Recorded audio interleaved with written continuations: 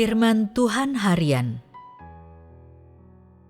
Untuk dapat memahami tujuan pekerjaan Tuhan, hasil yang ingin dicapai dalam manusia, dan kehendak Tuhan atas manusia, inilah yang harus diraih oleh setiap manusia yang mengikuti Tuhan. Nah, hal yang kurang dimiliki oleh semua manusia adalah pengetahuan akan pekerjaan Tuhan.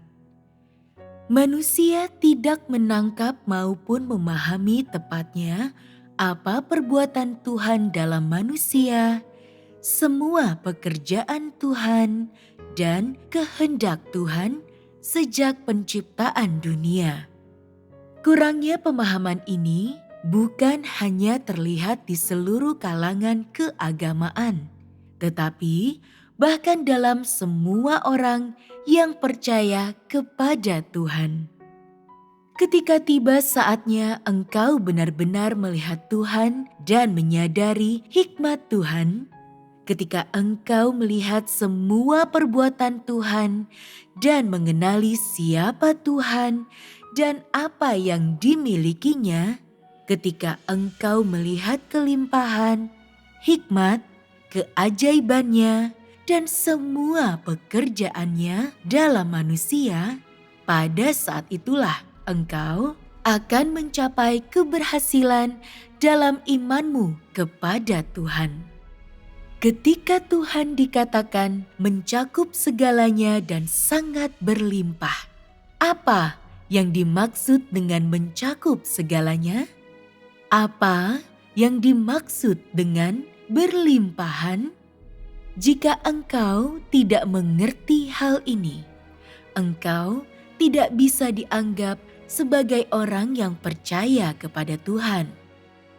Mengapa aku katakan bahwa orang-orang di kalangan keagamaan yang tidak percaya kepada Tuhan dan merupakan pelaku kejahatan adalah sama seperti iblis? Ketika aku katakan mereka itu pelaku kejahatan, itu karena mereka tidak mengerti kehendak Tuhan atau melihat hikmat-Nya. Tuhan tidak akan menyingkapkan pekerjaannya kepada mereka. Mereka itu manusia buta yang tidak melihat perbuatan-perbuatan Tuhan. Mereka itu orang-orang yang dibuang Tuhan dan tidak memiliki segala pemeliharaan dan perlindungan Tuhan, apalagi pekerjaan Roh Kudus. Mereka yang tidak memiliki pekerjaan Tuhan adalah pelaku-pelaku kejahatan dan menentang Tuhan. Mereka yang aku katakan menentang Tuhan adalah mereka yang tidak mengenal Tuhan. Mereka yang mengakui Tuhan dengan kata-kata yang hampa, padahal sebenarnya tidak mengenalnya. Mereka yang mengikuti Tuhan tetapi tidak menaatinya. Dan mereka yang bersenang-senang dalam kasih karunia Tuhan tetapi tidak dapat bersaksi baginya. Tanpa memahami tujuan pekerjaan Tuhan dan pekerjaan Tuhan dalam manusia, manusia tidak bisa selaras dengan hati Tuhan dan tidak bisa bersaksi bagi Tuhan. Alasan manusia menentang Tuhan di satu sisi berasal dari watak manusia yang rusak, dan di sisi lain karena ketidaktahuan akan Tuhan dan karena kurangnya pemahaman akan prinsip-prinsip pekerjaan Tuhan dan kehendak-Nya terhadap manusia. Kedua aspek ini menyatu ke dalam sejarah perlawanan manusia terhadap Tuhan. Pemula dalam iman menentang Tuhan karena penentangan itu memang ada dalam sifat bawaan mereka. Sedangkan penentangan terhadap Tuhan dari mereka yang sudah bertahun-tahun beriman berasal dari ketidaktahuan mereka akan Tuhan, selain karena watak mereka yang rusak. Pada masa sebelum Tuhan menjadi manusia, ukuran manusia menentang Tuhan adalah berdasarkan apakah dia melakukan ketetapan-ketetapan yang dibuat Tuhan di surga. Sebagai contoh, pada zaman hukum Taurat, siapapun yang tidak melakukan hukum Yahweh adalah orang-orang yang menentang Tuhan.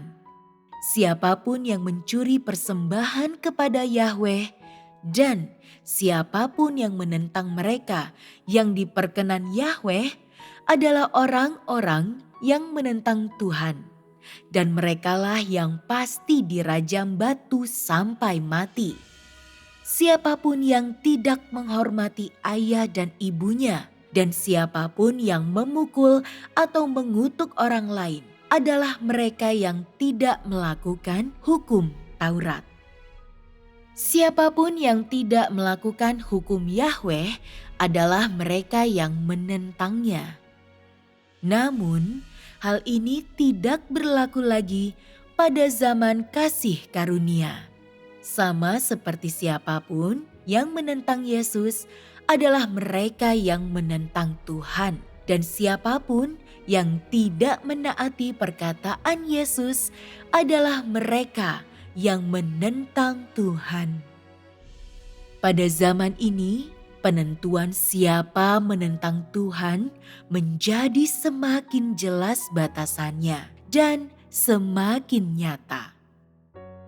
Pada masa ketika Tuhan belum menjadi manusia, ukuran manusia menentang Tuhan didasarkan pada apakah manusia menyembah dan memandang kepada Tuhan yang tidak kelihatan di surga. Pada masa itu, definisi menentang Tuhan tidak begitu jelas. Sebab pada waktu itu manusia belum bisa melihat Tuhan maupun mengenal gambar diri Tuhan atau bagaimana Ia bekerja dan berbicara. Manusia tidak memiliki pemahaman tentang Tuhan dan percaya kepada Tuhan secara samar, sebab Ia belum menampakkan diri kepada manusia. Oleh karena itu, bagaimanapun manusia mempercayai Tuhan dalam angan-angan mereka. Tuhan tidak menghukum manusia atau banyak menuntut dari manusia, sebab manusia tidak dapat melihat Tuhan sama sekali. Ketika Tuhan menjadi manusia dan datang untuk bekerja di antara manusia, semua orang melihat Tuhan dan mendengar firman-Nya. Dan semua orang melihat perbuatan-perbuatan Tuhan sebagai manusia. Pada saat itu, semua gagasan manusia menguap sirna, hanya menyisakan buih. Adapun mereka yang melihat Tuhan yang menampakkan diri dalam rupa manusia, semua orang yang memiliki ketaatan dalam hati mereka tidak akan dihukum. Sedangkan orang-orang yang sengaja menentangnya akan dianggap sebagai penentang Tuhan. Orang-orang seperti itu adalah antikristus dan musuh-musuh yang sengaja menentang Tuhan. Orang-orang yang memiliki gagasan mereka sendiri tentang Tuhan, tetapi menaatinya dengan gembira, tidak akan dihukum. Tuhan menghukum manusia berdasarkan niat dan tindakannya, tidak pernah berdasarkan pikiran-pikiran dan gagasan-gagasannya. Jika manusia dihukum atas dasar itu, tidak seorang pun akan dapat luput dari tangan Tuhan yang penuh murka. Mereka yang sengaja menentang Tuhan yang berinkarnasi akan dihukum karena ketidaktaatannya. Penentangan mereka yang disengaja terhadap Tuhan berasal dari gagasan mereka tentangnya, yang akibatnya membuat mereka menjadi gangguan bagi pekerjaan Tuhan. Manusia-manusia seperti ini secara sadar melawan dan menghancurkan pekerjaan Tuhan. Mereka bukan hanya memiliki gagasan mereka sendiri tentang Tuhan, tetapi mereka juga melakukan hal-hal yang mengganggu pekerjaannya. Dan karena alasan inilah sikap manusia yang seperti ini akan dihukum. Mereka yang tidak dengan sengaja mengganggu pekerjaan Tuhan tidak akan dihukum sebagai orang berdosa.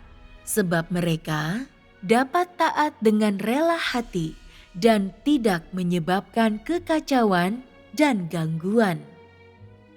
Manusia seperti ini tidak akan dihukum. Namun, jika manusia telah mengalami pekerjaan Tuhan selama bertahun-tahun, tetapi mereka masih memendam gagasan mereka sendiri tentang Tuhan, dan tetap tak bisa mengerti pekerjaan Tuhan yang berinkarnasi, dan meskipun sudah bertahun-tahun berpengalaman, mereka terus saja berpegang pada gagasan mereka sendiri tentang Tuhan dan tetap tak bisa mengenal Tuhan, maka sekalipun mereka tidak menyebabkan masalah dengan banyaknya gagasan tentang Tuhan dalam hati mereka, dan sekalipun gagasan ini tidak kelihatan, manusia seperti ini tidak dapat melayani pekerjaan Tuhan. Mereka tidak dapat memberitakan Injil atau bersaksi bagi Tuhan. Manusia semacam ini tidak berguna dan sangat dungu. Karena mereka tidak mengenal Tuhan dan tak mampu mencampakkan gagasan mereka sendiri tentang Tuhan, mereka akan dihukum. Dapat dikatakan begini, bukan hal yang aneh bagi orang yang baru beriman untuk memiliki gagasan tertentu tentang Tuhan atau tidak tahu apa-apa tentang Dia. Akan tetapi, sungguh tak wajar bagi mereka yang telah bertahun-tahun percaya dan mengalami banyak pekerjaan Tuhan untuk tetap berpegang pada gagasan seperti itu. Dan lebih tak wajar lagi jika orang seperti ini tidak memiliki pengenalan akan Tuhan. Akibat kondisi abnormal inilah orang-orang seperti itu dihukum.